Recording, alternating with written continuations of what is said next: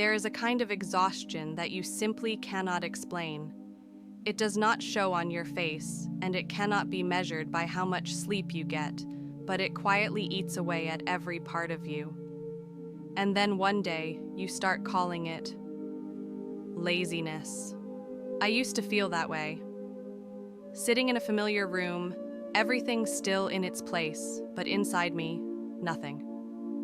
Tasks piled up as usual, nothing out of the ordinary.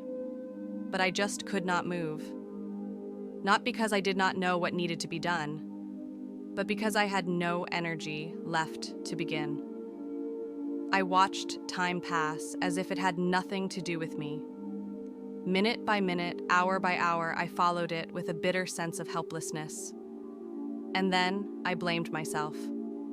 I told myself I was procrastinating, that I was too weak, that I was not good enough to keep going. I said things to myself that I would probably never say to anyone else. I was harsh, unforgiving, cruel. I called myself lazy, as if putting a label on it would help me gain control over everything that was falling apart inside. But the truth is, I was never lazy. I was exhausted. I had drained myself completely just to avoid being seen as a failure. I kept pushing in silence, kept smiling while my mind was shutting down, and I called that numb, overwhelming fatigue by a name that was completely wrong. It took me a long time to understand that there is a huge difference between laziness and burnout. But sadly, no one ever taught me that, and I had never learned how to be kind to myself. I used to think that if I just tried a little harder, tightened my discipline, pushed myself to be stronger, I would be able to overcome this sluggish feeling. But the harder I tried, the deeper I sank. It was as if I was forcing myself to walk through a desert, but each step only made me sink further into the sand. I started to feel like the things that were once familiar had become distant. The things that used to excite me now felt like burdens. Conversations left me drained. Unanswered emails piled up like quiet reminders that I was giving up. And yet, strangely, I still did not want to let go. I still wanted to do well. I just no longer had the strength. And that was when I began to ask myself, is this laziness? Or is it a cry for help that I have ignored for far too long? Laziness carries a sense of indifference. But I was not indifferent. I still cared. I still worried. I felt guilty for not doing enough, for not living up to expectations. If I truly did not care, maybe life would have been easier. But I cared so much, it became an obsession so much that I could not allow myself to rest. I began to understand that burnout does not come only from doing too much. It comes when you no longer have the space to simply be yourself. When you constantly have to force yourself to prove that you are good enough, productive enough, worthy enough. It comes when you make your heart operate like a machine and forget that you are human, a human being with limits. The outside world will not pause to ask how tired you are. But that does not mean you are not allowed to stop. There is a profound difference between someone who is lazy and someone who is simply very, very tired. That difference does not lie in what you do, but in the reason behind it. And once you understand that the reason is exhaustion, not avoidance, you will stop blaming yourself. No one ever told me that I needed rest. No one stopped me in the middle of my busy cycle. No one looked into my tired eyes and asked, "Are you okay?" And because no one asked, I never asked myself either. Until one day my body started to speak up. Not with words, but with a heaviness that lingered in my chest. With sleepless nights, even though I was completely worn out. With dull aches that had no clear cause and the feeling that my mind was being worn down bit by bit. It was no longer ordinary fatigue, it was a sign of something deeper that needed to be heard. I remember clearly the moment I realized I could not keep going the way I was. It was not a dramatic shock, no major event happened. It was just one afternoon, sitting and watching sunlight pour through the window and feeling nothing. No sadness, no joy, no inspiration. Just an emptiness so deep it scared me.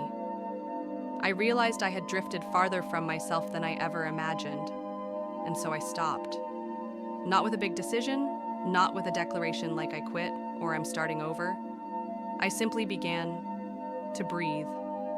Breathing without rushing, sleeping without feeling guilty, sitting still without needing a reason. At first, the quiet made me anxious.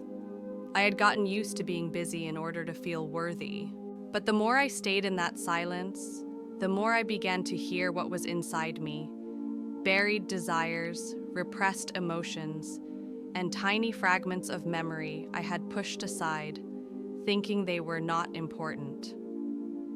I started to write down what I was feeling, not to make it sound good or tidy, just to remind myself that I was still capable of feeling something.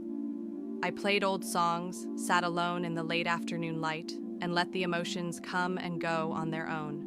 No control, no resistance, just acceptance. I also began to realize this healing is not something you finish. Healing is a way of living. It is choosing to slow down not for anyone else, but because you deserve to live without being drained. You do not need to become a better version of yourself to earn the right to stop. You just need to be you, and that is enough.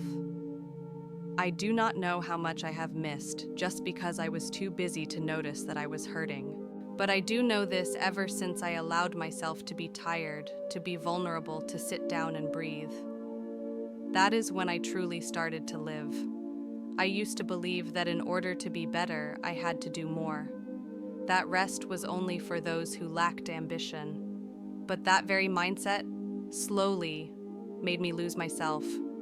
Not in one clear moment, but in countless days, where I forced myself to push through, when what I truly needed was to sit down and breathe. Recovery taught me something important. That sometimes what you need most is not a plan to go further, but a gentle place to return to. A place where you are not judged by what you have achieved, not pressured to bounce back quickly, where you are allowed to simply be with all your slowness, fatigue, and fragility. I began to rebuild trust in myself through the smallest things. A warm glass of water in the morning, a soft blanket, an afternoon spent doing nothing but sitting in silence. And I realized to live fully, you do not always need to strive beyond your limits. Sometimes just showing up gently is enough. I also came to understand that healing is not a destination. It is a journey you take over and over again. Every day, you choose to be kind to yourself instead of demanding. Every time you listen to your body rather than ignoring it. Every time you stop calling yourself lazy and start asking, what do I truly need right now? And if you are on that same journey, I want you to remember this. Your worth is not measured by how much you accomplish on your most productive days. It is measured by your courage to pause when you need to, and the compassion you give yourself when everything feels like too much. You are not lazy, you are just tired, and that truly is okay.